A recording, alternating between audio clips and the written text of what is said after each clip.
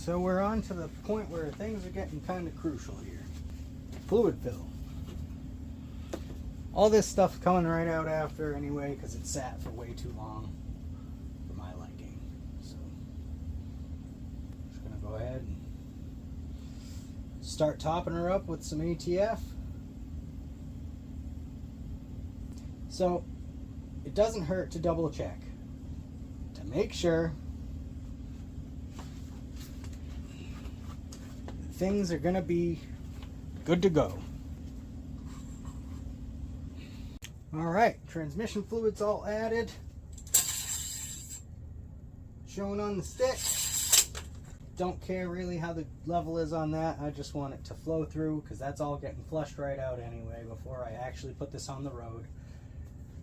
Time to add our ZDDP, our zinc supplement. But we're going to put our Rotella tea in first. Oh, this is fun. And now that it's got oil and transmission fluid in it and everything, we're going to pressure built up and we'll see if the alternator's charging.